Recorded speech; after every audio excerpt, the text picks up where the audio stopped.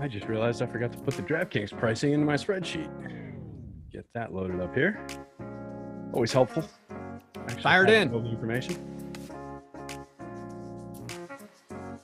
Go. Yeah, all good here.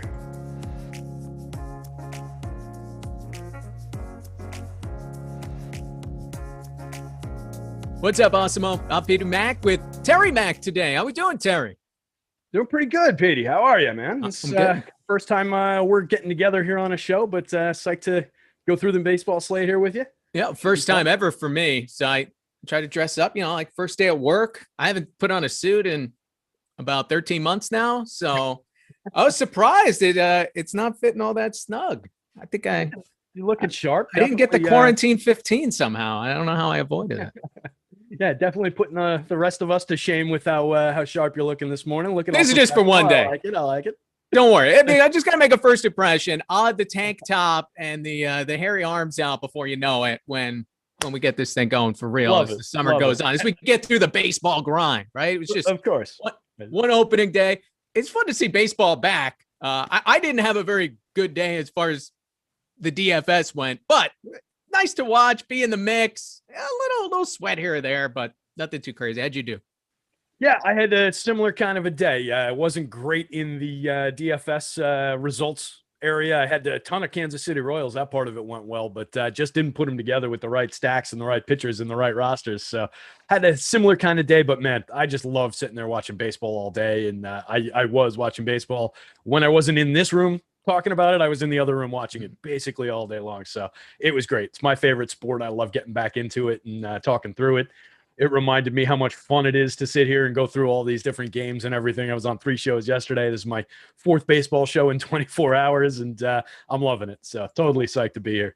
What's fun about baseball, and I've always said this, it's an incredibly stupid sport. And what I mean by that is you just have ridiculous stuff happen all the time. Like if you own Cody Bellinger and you're watching this game against the Rockies, like how nuts do you have to be going that a home run, a 2-run homer, or a 3-run homer, whatever it be, turns into an RBI single because Justin Turner doesn't know what the heck's going on. So completely ridiculous. And then we have Miggy Cabrera sliding into second base on his home run in the snow game out in Detroit. It's just a wacky kind of a day. It also reminded me yesterday of just how much I hate the runner on second base to start extra innings rule. I mean, maybe it's just because it cost my Yankees the potential to win that game, in the first extra inning, in the first at bat. But what a dumb rule. I mean, it's a rule to me that it's made to cater to people who don't like baseball anyway, who by the time extra innings roll around, guess what? They're not watching anymore. They already stopped 2 hours ago because that's why they don't like the sport. Don't make rules that cater to people who don't like your sport. Leave things alone. I want that Giants-Mariners game still going right now. That's what I want. Let's start up the 27th inning right now. Instead, how does the game end? 3 consecutive walks in the 10th inning because you start with a guy on base. It's off. I hate that rule as well. I like the long games. And obviously, look, for DFS, it makes it a little bit more fun. You stack a game and you get one of those 16-inning games. You're getting 8 chances for somebody to come through for you late.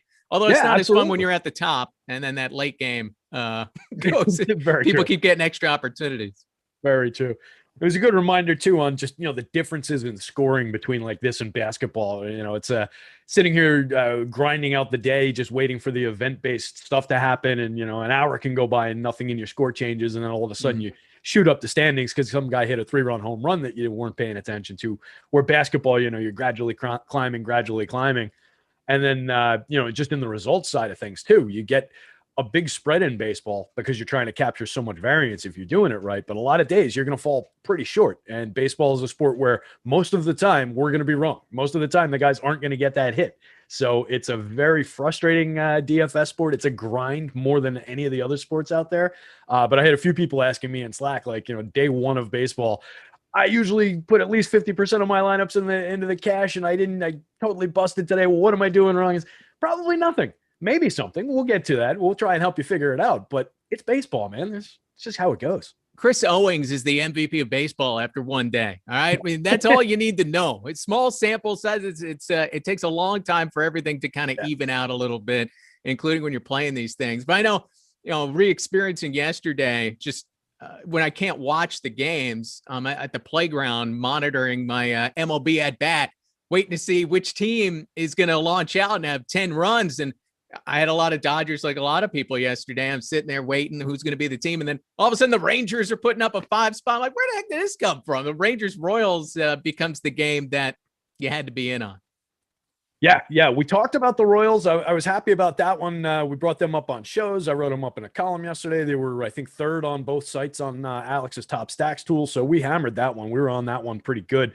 But I think I know I at least bashed the Texas Rangers pretty hard yesterday. I still don't think they're a good baseball team. I think they are going to suck out loud this year.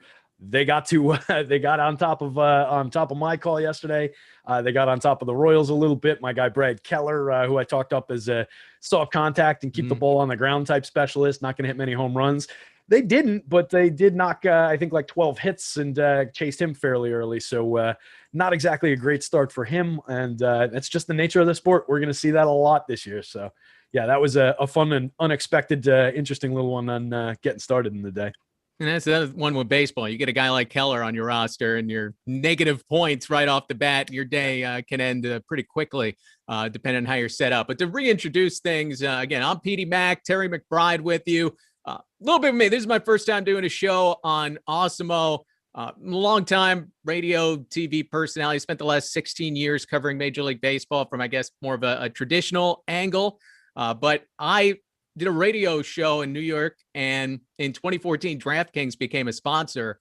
And that was kind of my entry into all of this. And I just fell in love with daily fantasy sports, messing around with Excel sheets, trying to figure it out, and having some success. I mean, mostly middling. I did 2018 was a good year for me. I figured out that first year, the showdowns on DraftKings, the relievers were like so undervalued, and eventually figured that out and did all right. But I'm kind of a middling donkey as far as the DFS goes. But I love baseball. I like being in the mix. I love talking about baseball, and diving in from this angle purely, I think it's gonna be a lot of fun this season. So I'm looking forward to doing this and really learning, along with some of you guys from people like Terry. So this is gonna be fun this year. A little different angle. Definitely, right on. I love that for baseball too, because it's, to me, to talk baseball for DFS, you can still just talk baseball. The numbers are the same. It's the same stats you're used to talking to and all these different things. Maybe we care a little bit more about some of the predictive things rather than some of the back of the baseball card type stats, but it's very much the same type of conversation. You care about the same stuff. Where basketball or a sport like that, all of a sudden you're talking about usage rates and things that the common basketball fan just doesn't really pay much attention to. So it's a very different conversation DFS wise with baseball. To me, I really like it. I could do this all day. I really could. Yeah, it could be random, and Terry, you kind of will be doing it all day, and have been. But it is a lot of fun when everything hits, and you get that going. You get that stack that ends up with 11 runs, and you pick the right pitcher in a value, and all those kinds of things. But again, to reset here, give us a like and subscribe. Keep up with all of our shows, DFS offers, giveaways, much more. Once you subscribe, hit that notification button as well. You get alerts when all of our shows go live. So make sure you are subscribing to all of our content here at Awesemo. It's also MLB's opening week, as you very well know, and we have a deal for you. Get your first 9 days of Awesemo plus MLB for only $9 when you use the promo code STARTING9. That's ending with the numeral 9. You can see that. This gives you access to everything we have to offer for MLB DFS, including player projections, ownership projections, top stacks, lineup builder, and our premium Slack channel. This offer is valid through April 9th. Stop guessing, start winning. Join Awesemo Plus MLB today. And I know yesterday for me was the first day where I've had access to the Awesemo numbers and playing around with it. And it's that stack tool is really something else. And it got me onto the Royals and the Cardinals, and never would have really looked at them. Even seeing the Dodgers, maybe there was a little opportunity there if they were underowned, with the chance that they had to be the best stack, and they were the winning stack on a lot of the big teams, even if they didn't go nuts yesterday. But that's a great tool to be able to utilize to help you figure out what's going to be underowned and where can you find some opportunity. Yeah, for sure. That's it's one of my first stops in the day. It's the thing that I go to after I put my model together. I kind of go team by team, and it breaks down, game by game. So I'm looking at those two teams, and I just put that side by side with the stacks board, and I make sure that, what I'm seeing in conditional formatting where it's green makes sense, and it kind of jives with which one of the teams are the top stacks there. So it's a great tool to use. If you're not doing your own stuff, you can just go to the page. And basically the way it works, Alex gives us, Alex Awesemo Baker, for those that don't know, gives us the percentage probability of a team being the top stack. He gives us the probability of being the top value, which takes into account point per dollar of it all. And then he gives the ownership share, and he creates a leverage metric. What the leverage metric tells you is how does the ownership, the public ownership that we're predicting, compare to the probability that they're going to be a top stack. So you see a team, just to give away the top stack today, why not? The top stack today, no surprise, is the LA Dodgers again, right? It's the best lineup in baseball at Coors Field. It makes a ton of sense. They are going to be 34.8% owned as a stack, according to our early morning numbers. They actually have a positive leverage score, meaning you want to exceed that ownership amount if you're a believer in the Dodgers here. They're 37.2% likely to be the top stack of the day. So you're getting a little bit of juice out of that with their probability of being better, more than what the public is owning. That's what the leverage metric tells you. You put all of that together, and it helps you really build out good lineups, knowing which stack you want to build in. And you can scroll down. It's not all about the top team. You go down the list a little bit, look for similarly leveraged teams that maybe cost a little bit more. A team with a good value metric and a good leverage score is incredibly valuable because they're going to build in right next to your top stack teams, and they're going to be the ones that help you pay for those. So great tool to use. We do similar for top pitchers. We've got our projections, ownership. We've just got so much data for baseball. It's killer. And we know, the weather is such a big factor as well, and you never really know what you're going to get in Colorado. I'm here in North Carolina. It is 35 degrees, and yet when they play tonight in Colorado, it's going to be 71 at game time. I mean, trying to make sense of this stuff, but you're getting like late springtime conditions in the thin air at Coors Field, so you got a lot in your favor, except maybe Trevor Bauer being on the mound if you're looking at the Dodgers or the Rockies, I should say. Yeah, that would be the one limiting factor. I don't think we're going to get the same kind of a Bauer effect from Senzatella on the other side of that one. But yeah, biggest total of the night by far. I think it was a 12-run total the last time I saw. So yeah, I think we can expect fireworks in that one again. It's course, we deal with that in baseball DFS. I'm not the biggest fan of course slates to be totally honest. Like I like to have to maybe search for things and figure things out a little bit more than just dump as many shares into this ballpark as you can. But it's a go-to. It's an easy one, especially when it's a team like the Dodgers in there. I think they're kind of a no-brainer to build into a ton of stacks. So we don't want to steal the thunder from ourselves a little bit later when we get into the game-by-game stuff. But I think that's going to be pretty heavily owned and heavily focused stacking with LA out there. As it often is, whether it's the Dodgers at home or in Colorado against Anthony Senzatella. And we'll break down this slate. It's just a 6-game slate tonight. I mean, to me, it's so disappointing. You get opening day, at least 26 teams able to start up their season. And then the way the schedule originally was, it wasn't even a day game today. And then you have one 7 o'clock and then a gap until 8:40 for the next game. But we will have the Red Sox and Orioles playing this afternoon to at least give us a little something. Another early season trend that I kind of want to look into. And again, this is kind of that straddling regular baseball conversation and DFS. But if you're going to spend big on a starting pitcher, like let's say Garrett Cole yesterday, you don't know right now how different teams are going to handle their stud pitchers because everybody wants to be so careful because these guys did not put in a full workload last year. And this is going to be something that I think we're talking about all season long. And it's going to be, hey, are they going to limit innings for this pitcher in the middle of June and take him out after 5 innings, even though he's rolling because they don't want him to get well over 200 innings. This is going to be one of those little subplots, I think, that's going to make this particular season unique. And I'm just looking through yesterday, and this isn't a shocker. It's the first game of the season. Guys are still getting stretched out, but not a single pitcher went over 100 pitches yesterday. Marco Gonzalez threw the most for the Mariners at 99. And you look at guys like Sandy Alcantara, 6 scoreless. Fine, he's not a veteran. Maybe he's not going to go forever. 83 pitches, they yanked him. Zach Greinke in the night game against the A's. 82 pitches, 6 scoreless, yanked him. Tyler Glasnow only pitched 77 pitches, 6 innings, yanked him. I know it's the Rays, so we're kind of accustomed to some of those things. But that is going to be something that I think you got to keep an eye on if you're spending big for a pitcher. is that you better be economical if you're going to get deep into these games, because the managers are just waiting to pull these guys. Yeah, for sure. And it's a trend that we've seen in baseball with the power arms and bullpens over the last couple of years anyway. But yeah, to your point, I think it's going to be just really, really reinforced this season by guys not having gotten that full share last year. It's important to pitchers, and it's an unnatural torque on somebody's arm to throw a baseball and to throw it that hard and to do it again and again and again. So that's why we see pitchers break down over time. That's why we see, elbow issues and Tommy Johns and things like that. But there's a balance there where you want them to be conditioned to throw a certain amount of innings. And when you cut that down, and it was cut by well more than in half for most of these guys last season, that could have an effect. So hopefully, knock on wood, we're not seeing, massive injuries across the league or anything like that. But I think there's definitely going to be a trend of managing these pitch counts and, guys getting to the sixth inning. And that's really all these teams are looking for out of starting pitchers these days, is get through that sixth. Give me 5 really is what most teams are asking. If you can give me 6, that's gravy to a lot of these teams. So you see a guy like Glasnow get through 6, still got gas in the tank, I'm sure, but they're a little bit cautious between, wanting to go to one of the high leverage arms in the pen. I'm not sure the exact situation that he came out of the game in, but there are factors like that in there that would have an impact on it. So there's management, there's in-game strategy. There's a lot going into that.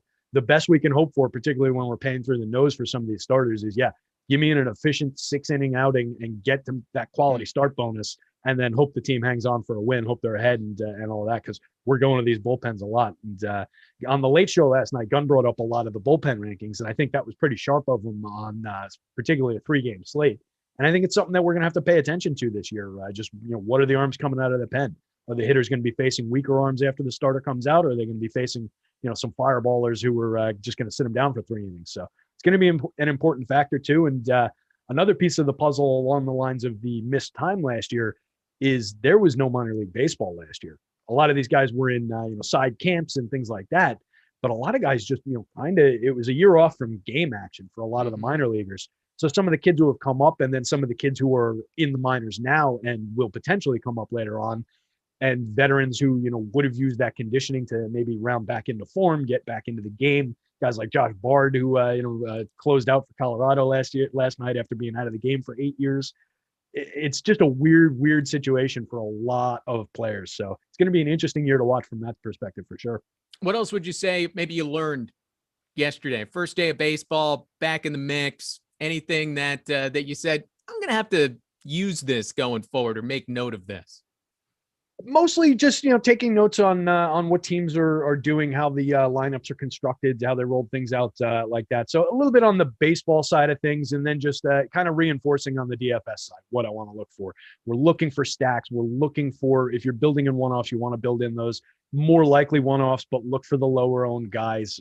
But primarily, we're looking for stacks. We're looking for me, I like to look for slightly under-owned pitchers that I think are a good pitcher, maybe at a misprice.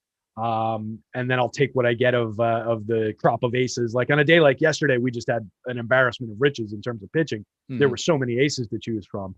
As you get to even that won't be the case this weekend. yeah, exactly. Once you get into the third, fourth, fifth starters on these teams, it gets a lot more interesting and a lot dicier. So there's more work to do in the pitching side of things as compared to a day like yesterday. But yeah, it was a lot of reinforcement, and I remember that this is the way we want to do these things, and getting back into Fantasy Cruncher, finding the new tweaks that they made. They pushed an update out, and by the way, let me take a quick aside on that. We did get a bunch of customer support emails about Fantasy Cruncher yesterday. An update went out. It should be pretty smooth today. There was some wonkiness with the update that they pushed. So if you were experiencing issues with Fantasy Cruncher yesterday, we do apologize on their behalf. It is their product. It came from their side of things. This is not me trying to duck responsibility, but your emails for tech support issues need to go to support@fantasycruncher.com. There's very little we can do for you guys on the support end if it's technical. If it's a how-to question, hit me up in Slack anytime. TMcB74. I'm happy to answer your questions and help you out in Slack with how do I put stacks together? How do I use Fantasy Cruncher to do this? But when it's Fantasy Cruncher not loading, things like that, unfortunately, we do have to direct you guys to FC's support team. It is the best optimizer in the business by far. Sometimes we have to tolerate little bugs or a little slowness when high traffic day for opening day and when a good update pushed. And there are a lot of cool tools in that update. So I'm actually pretty psyched about it, but it did cause a little bit of wonkiness yesterday. So I just wanted to clear that off the decks for anybody that was having a rough experience. Should be a lot better today. Terry, you're not IT as well? Like if I have printer issues, you're not the person I should be slacking to? I actually sold IT services for 10 years, and I do not want to go back into that business. It's the reason you're doing this, right? Yeah, Yes, not exactly. that. Okay, so we'll start looking ahead to this slate in a little bit. Again, not the busiest slate that we have ever had. Of course, one of the biggest edges in sports betting is always shopping to find the best lines so that you could use for your DFS as well. Betting lines, they change by the minute and can vary greatly depending on which book you're using. That's why it's important to use Awesemo's Odds Shopper to find the best line available on the game or player prop you're betting on and give you that edge to help you beat the house. Head on over to oddsshopper.awesemo.com, where we compile the best bets available for game lines, player props, player and team futures, all updated in real time. You also have seasons mixing here. You've got the NBA in the mix still, NHL going at the same time, as well as baseball. And we have free NBA content, projections for each day, awesemo.com. You can check out today's NBA big board. And Terry, you could explain how valuable that could be. Yeah, the big board's a great tool. It takes everything down, puts point values on our different rankings. So you get basically a percentage ranking or a number-based ranking instead of like an A, a B, a C, that can really give you a good idea of just at a glance, what does this slate look like? So this is for NBA, but you pull it up and it tells you, exactly for the salary, what a guy's expectation for points is, what a guy's value rating is going to be, and then it gives you a leverage score, and it puts it all right next to each other, as well as an ownership ranking. So you can get a nice little snapshot of the entire slate.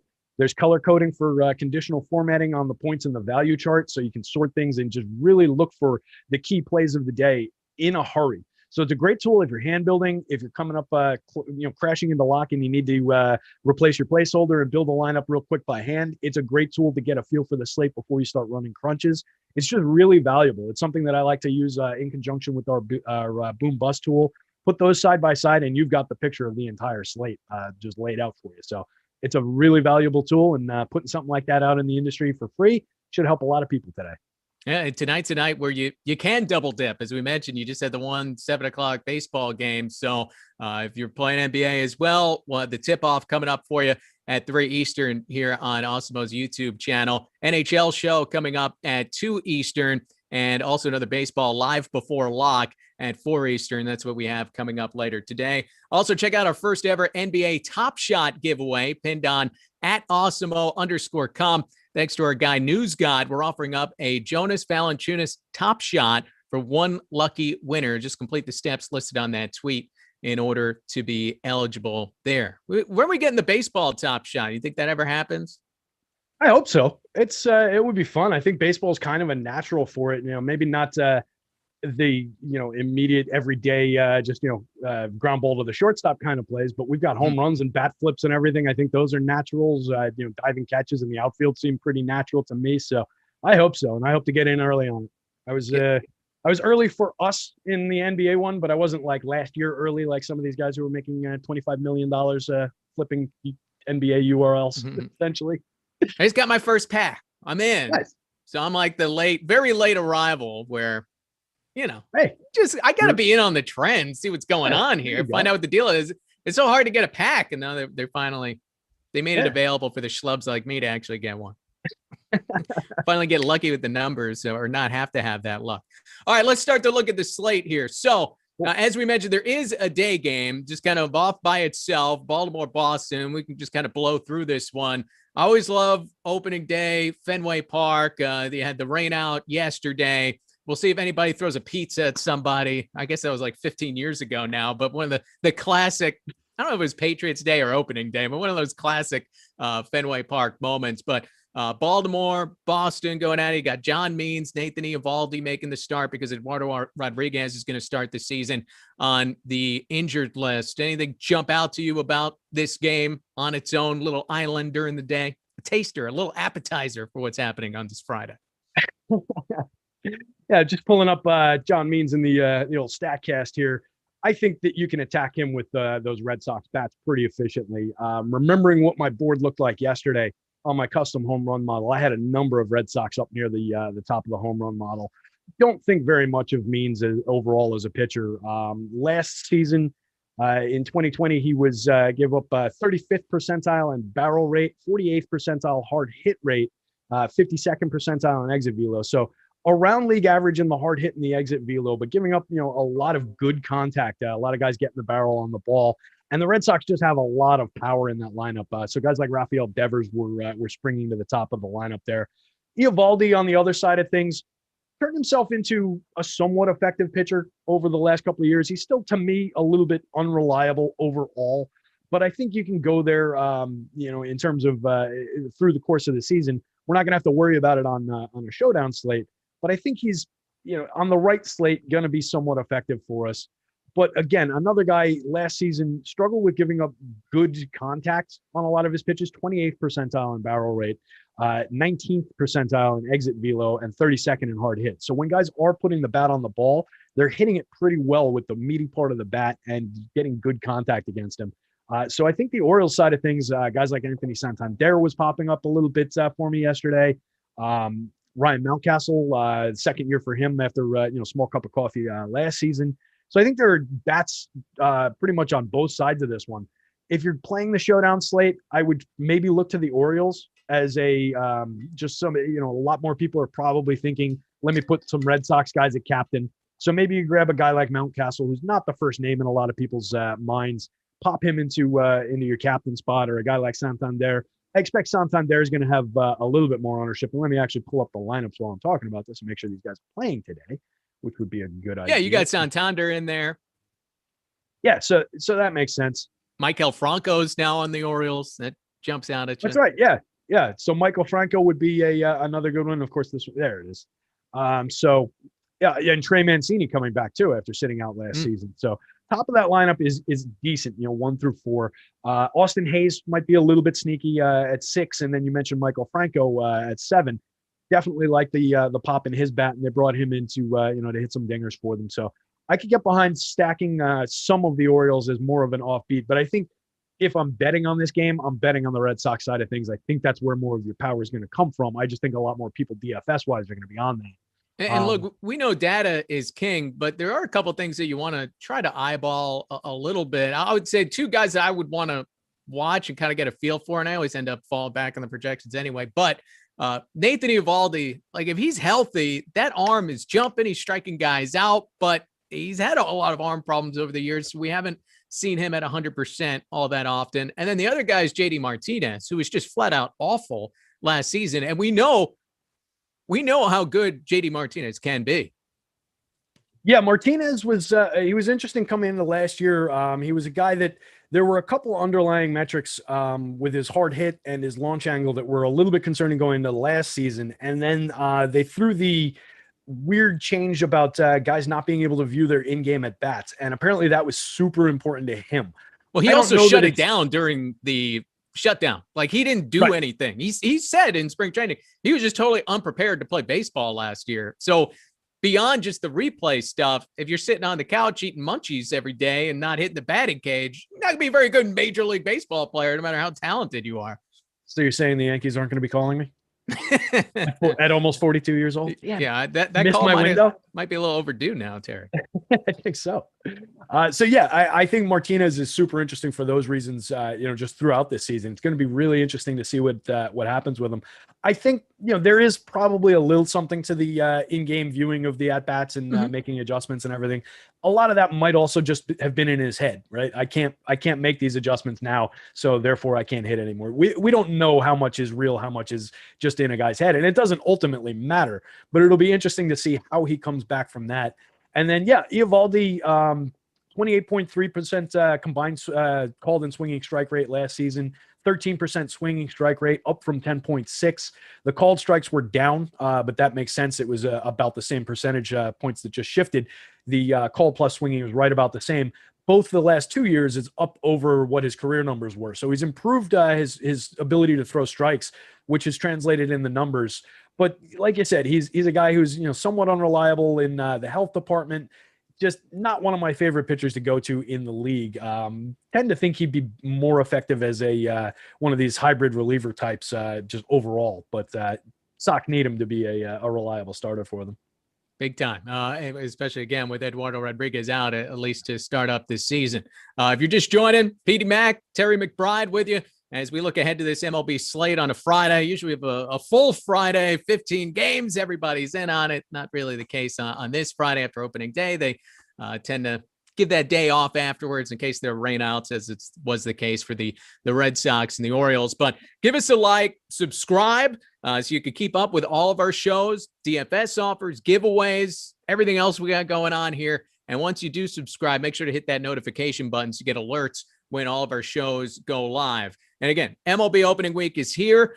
We do have a deal for you. Get your first 9 days of Awesemo Plus MLB for just $9. Use promo code STARTING9. That's ending with the numeral 9. And this gives you access to everything we have to offer for MLB DFS, player projections, ownership projections, top stacks, lineup builder, our premium Slack channel. This offer is valid through April 9th. Stop guessing, start winning. Join Awesemo Plus MLB today. And of course, make sure to check out Odds Shopper as well. Get the best info that you possibly can on the betting lines, the over-unders, where you can find an edge depending on the different houses that are out there. So we have all that for you. Again, Odds Shopper is a place to check that out. Real-time futures, updated real-time player props, everything else. So you can check that out as well. As now we'll dive into the actual slate here, Terry, and what's going to be happening tonight. I guess before we go game by game, just a general, yesterday is a very different day than today when you have an 11-game slate during the day, and I guess it was cut down by a game or two, versus a 6-game slate tonight. Are you as eager to stack and go all in on one team or one pitcher?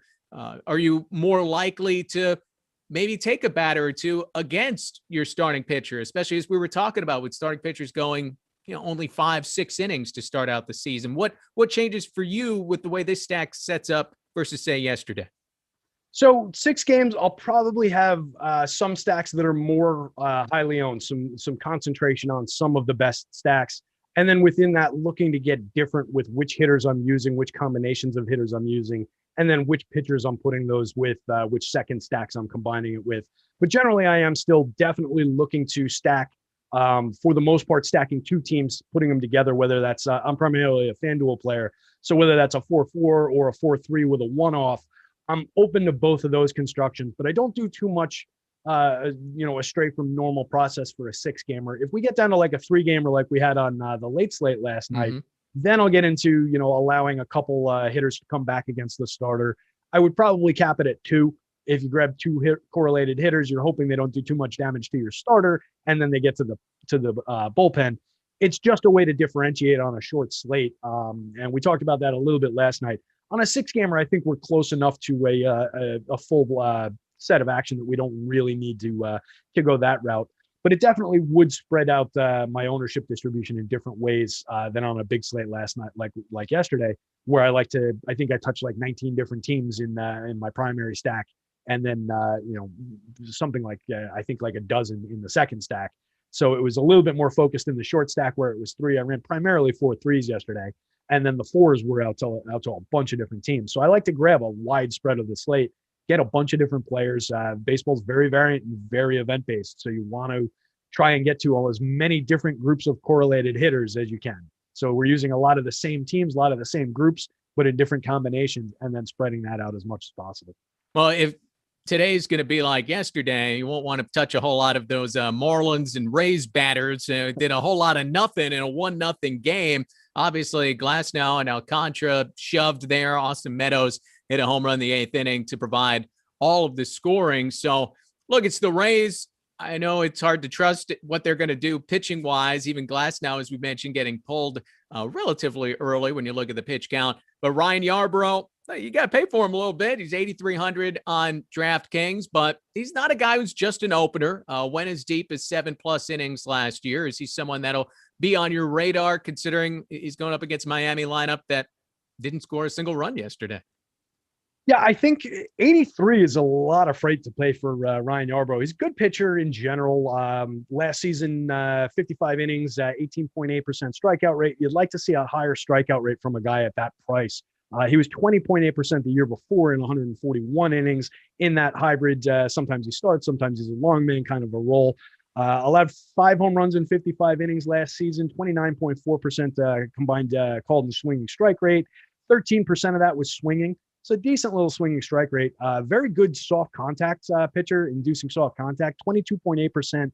He's not Kenta Maeda up at 28%, but nobody else is in the league either. Everybody else is 5-6 percentage points behind Maeda. So he was he wasn't qualified with his innings count, but he was one of the leaders if he had hit that qualified mark. So he's very good at that. Miami versus lefties, going back to since the start of season before last, 185 ISO, 16th in the league, but they were 6th since the start of last year against lefties, which is interesting. 22.7% strikeout rate, 18th, 103 WRC plus 15th, 66 home runs. So not a ton of power for the active roster against lefties, but like league average in general performance and a decent little ISO since the start of last year. They added some veterans to that Miami lineup. I do think they're frisky, but I don't know that, this is necessarily a spot that I really want to attack very hard with stacks. But I'm not sure, especially on DK, that Yarbrough price is tough. 6,800, a lot more fair for him on FanDuel. Yeah, well, you mentioned the right-handers in the Miami lineup. Starling Marte being one of the big guys they brought in this offseason. He was awful yesterday. Struck out in all 4 of his plate appearances. Yeah, we're going to get those days. Baseball definitely works that way. Interesting price discrepancy on Marte. 5,500 on DraftKings, 3,200 on FanDuel. That's a discount for a player like Starling Marte on FanDuel. I'm not going to say he should be regularly 4,000 hitting in this lineup, but he's a better player than 3,200. Hitting second in the lineup, most likely. Not a great home run mark on him, but he does enough just in general. Last season, 250 plate appearances, 281, 340, 430 slash with a 149 ISO. Created runs 9% better than the average, stole 10 bags, hit 6 home runs. Year before that, 23 home runs and 25 stolen bases in 586 plate appearances. Mm-hmm. That's the player he is. He's a 2020 type guy. So those are guys that we like to lock in on for DFS purposes. I think he's interesting, particularly at that discounted FanDuel price. He wasn't healthy last year, so that's a guy that maybe you throw out some of those numbers from 2020, and certainly that whole season was a mess for a lot of guys, and is going to throw things off perhaps a little bit these first few weeks, as there might be a little bit of an eyeball test in the early going here. And then you have Pablo Lopez going for Miami, one of the better value pitcher plays as far as DraftKings goes. I know he's 7,000 there. Struggles against the left-handers a bit. What do you have on Lopez? Let's see. Lopez, last season, 57 innings, 24.6% strikeout rate, which jumped from 20.3 the year before that. So that's a nice little jump in his strikeout rate. It was 26.1 combined called and swinging, 12.1% swinging. He started using his more sinkers and changeups last year. Seemed to work for him. He also worked in a cutter, and he limited his curveball. Basically changed the repertoire up a little bit, not to like ridiculously dramatic degrees, but added, changed it for 5-6 percentage points each for the sinker and the change, and it just worked to make his stuff a little bit more dynamic. We see the increase in strikeouts. He lowered his WHIP from 124 to 119, his xFIP from 428 to 373. So made some strides last year. I definitely think he's become a pretty decent pitcher. Very nice numbers in StatCast as well. 90th percentile exit velo, 79th percentile hard hit rate. Not a heavy spin guy in terms of the way that his pitches work, but he gets away with it. He's got enough good stuff that it works for him. Going up against the Tampa team versus right-handed pitching, last 2 seasons, 154 ISO is 28th in the league. 24.6% strikeout rate is 26th in the league. That's bad. 102 WRC plus puts him right around league average, and 163 home runs against righties, only 23rd in the league. So decent little opportunity for him against a team that has not done great against right-handed pitching. I would think he's the guy in the blinking lights in this game. And this was a big game yesterday on the slate because Glasnow and the Miami pitcher, they were nice to have him go out with the way that they did throw. Alcantara going for Miami there. Do you expect to be stacking much in this game? I wouldn't think that necessarily. And we talk about Yarbrough's price a little bit. So maybe just looking at Lopez here as far as one of the bigger plays. So I think Lopez is definitely in play. Just pulling up the top pitchers board. He's our third ranked pitcher on both sites. Alex was pretty high on Alcantara yesterday and pretty much, nailed that one. And I think he's right here on Lopez as well. So I do like going to Lopez. 10% on FanDuel probability of being their top pitcher and getting a little bit more owned than that.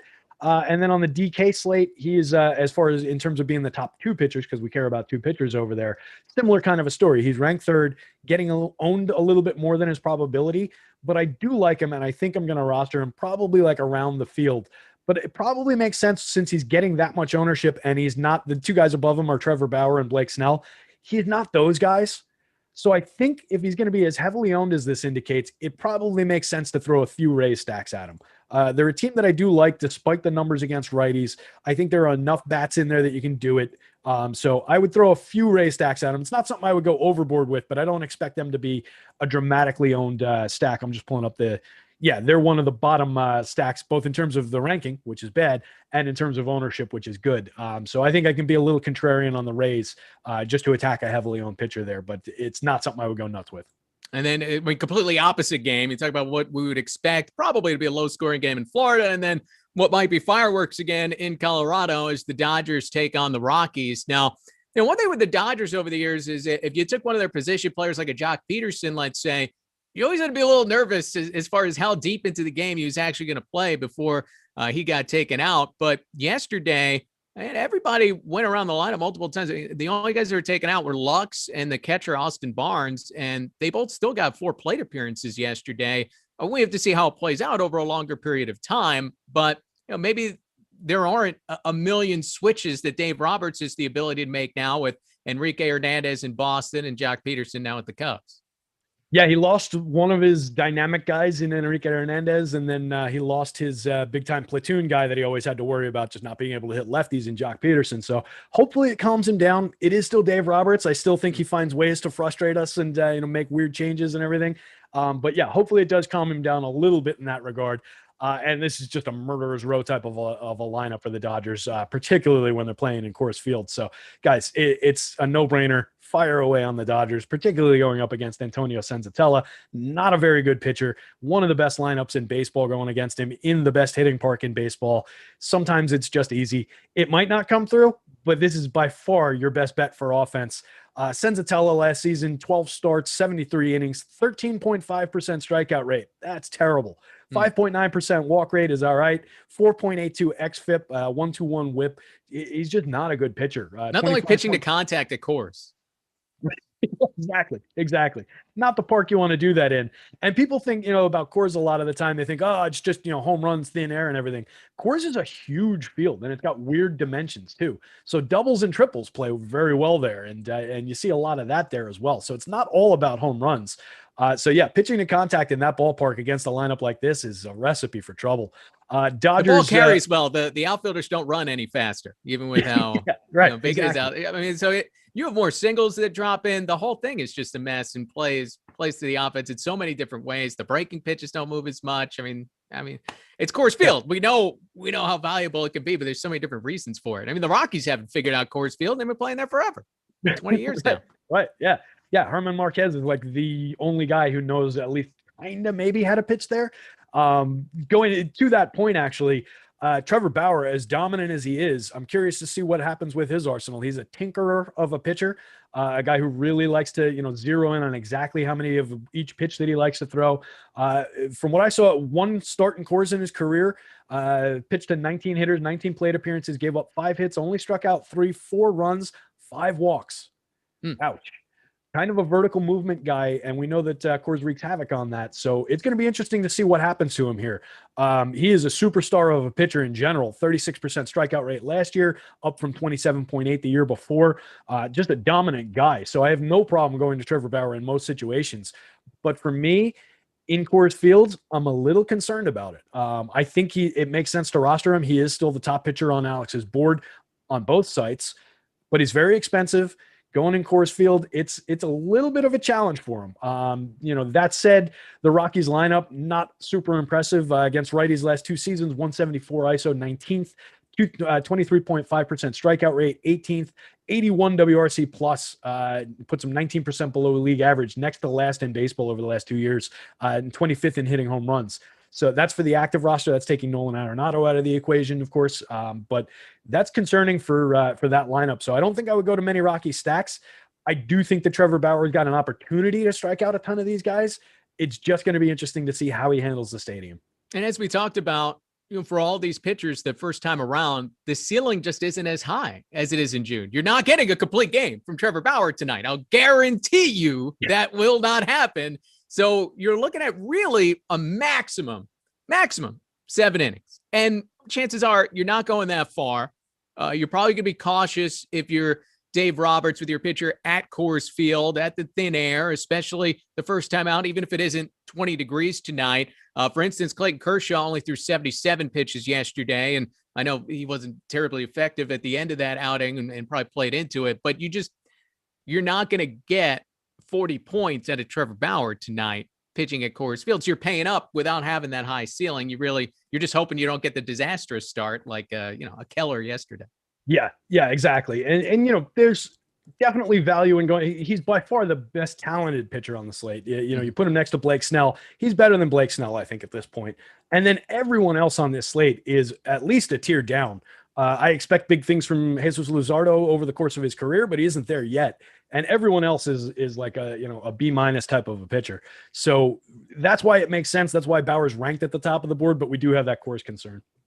He's an ace pitcher with the amount of money, obviously, he got this offseason, but you're not going to be the ace when Clayton Kershaw is on your staff and Kershaw still getting that opening day nod. So number 2 starters go here, and Bauer looks the best as far as it all goes. We'll continue in the slate in a moment. Let you know if you're not able to watch your favorite Awesemo shows on YouTube. Almost all of our Awesemo YouTube shows are available through the Awesemo Podcast Network. So you can take it to go wherever you're at. You go for a jog, boom, you got the podcast. You're getting educated on what's happening and checking out these slates to help you win some games. Every sport, we're available on every major platform. So you can head over to awesemo.com/podcast to check out the latest. Just leave a 5-star review on one of our podcasts with your Twitter handle or email address, and you'll be eligible to win a free week of Awesemo Plus Platinum as well. And one winner will be awarded every Friday, and reviews will be eligible to win for up to 1 year. So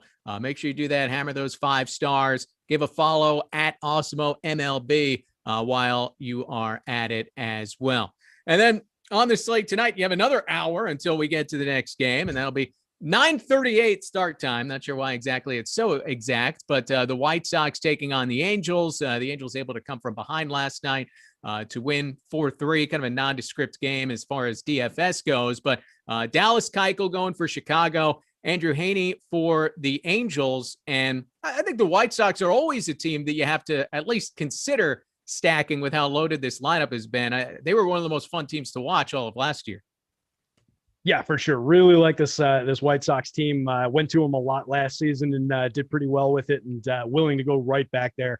Kind of sucks that they lost Eloy to that injury, but they're still loaded from basically top to bottom. We saw Adam Eaton have a nice game yesterday for them. We've got Timmy Anderson up top, Jose Abreu, Joan Moncada, Yasmani Grandal, Luis Robert. I mean, it's an embarrassment of riches. Another team like that. I don't even mind going down to, I like Larry Garcia, his positional flex, and the fact that nobody ever goes to him, hitting 7th in that lineup. And then Nick Madrigal playing second base has a very good hit tool and a decent amount of speed. So kind of an underrated option maybe to build in as a wraparound stack. You're sacrificing a plate appearance. We talk about that a lot. But going down to like a Nick Madrigal at 9 saves you a little bit of money, gives you a different construction. And then with the way that this lineup is built with Anderson and Eaton up top, you're building in 3 speed and solid hit tool guys that are going to be getting on base in front of those thumpers. So it's an interesting way to build that White Sox stack. On the pitching side of things, I think that I like Heaney in general, decent strikeout pitcher. I think I like him more than his numbers justify me liking him. 66 innings last year, 25.1% strikeout rate. It's pretty good. 4.15 whip. You'd like to see that come down a little bit. 1.23, xFIP, 1.23 whip, which I'd like to see that lowered a little.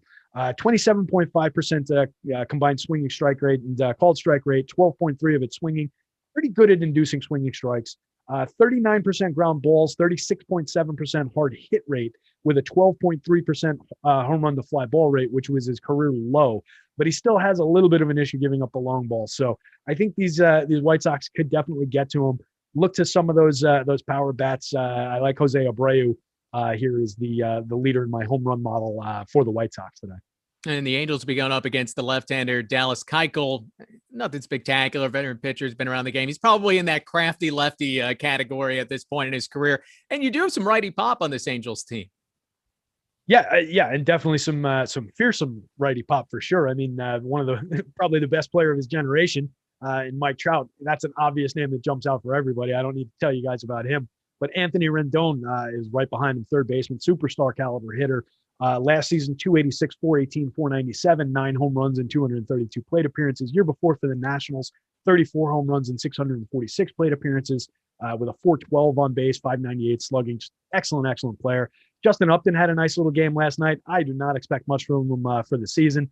The guys it was either Get Up or one of the ESPN or MLB shows this morning were a little bit overexcited about Justin Upton from yesterday. I don't think we're getting that from him, but ride it while you can. He had a hot spring. Shohei Ohtani is a lefty, but I like him at the top of the order. And then David Fletcher is a player, I think a very underrated player. Excellent hit tool, got a little speed, moves around the lineup just in a real baseball sense. Just got a nice little extension from the team. Just a very good utility type of guy that's going to be leading off most of the season for this team, getting on base and scoring runs in front of Trout and Rindon and Ohtani. Also late tonight, starting 2 minutes later, Astros Athletics. We saw Christian Javier start to come into his own a little bit last year. Jesus Luzardo, you mentioned earlier, goes for the Oakland A's there as the Astros coming off an 8-1 win in the opener. Yeah, it's Javier, third in the league, third in the AL in Rookie of the Year voting last year. A little bit of a surprise. I wasn't expecting that year from him, but was good. 10 starts, 54 innings, 25.2% strikeout rate. You love seeing that from a rookie.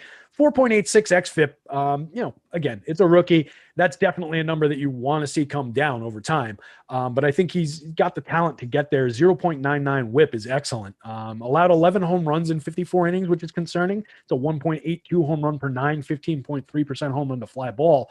And he gives up 52.2% fly balls. So he's definitely got to rein that in to be effective and continue his to be a good pitcher. And if he brings it in a little bit more, we'll see some of those peripheral numbers go down. So increase the ground ball rate. His combined 26.7% combined called and swinging strike rate, only 8.7% swinging. So he's a bit of a control guy, and I think that's probably a little bit of where he loses some of those home runs, trying to nibble a little bit too much. Oakland versus righties, 203 ISO, 23.3% strikeout rate, was 20th in the league, 188 home runs, 18th in the league, 110 WRC plus, 6th in the league over the last 2 seasons. So a decent lineup to throw up against a righty. I don't love it. It's not my favorite spot of the day, but I think we can go there. I think there are enough bats that I like. Getting nice power marks on Matt Olson and Matt Chapman in the heart of that order. And then I like Kana, I like Laureano up top. Mitch Moreland, always a righty killer as a lefty power bat, and underpriced probably for his upside against a righty. So I think you can build some Mitch Moreland into the stacks as well.